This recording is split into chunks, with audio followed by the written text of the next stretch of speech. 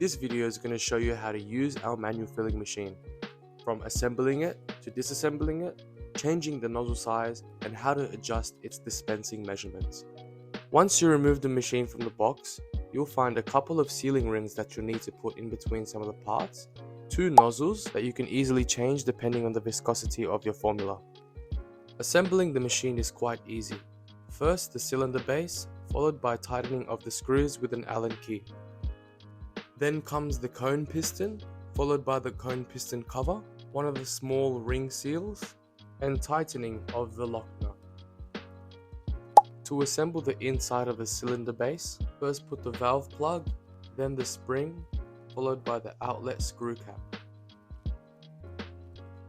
Disassembling the hopper is as simple as unscrewing it, and once you're done cleaning it, just screw it back on. Once you're done assembling the hopper, don't forget to sanitize it, pour in your cream or serum of choice. To adjust how much your machine disperses, just unscrew the down locking nut, reducing the gap between the upper locking nut. This in turn will reduce the range of motion of the lever, ensuring you have a perfect amount dispensed each time. We highly recommend weighing your products every time you dispense it to ensure consistency and so that you don't breach any consumer guidelines.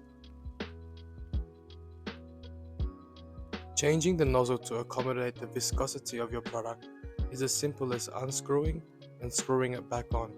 Make sure you use a wrench to avoid any damage to the machine.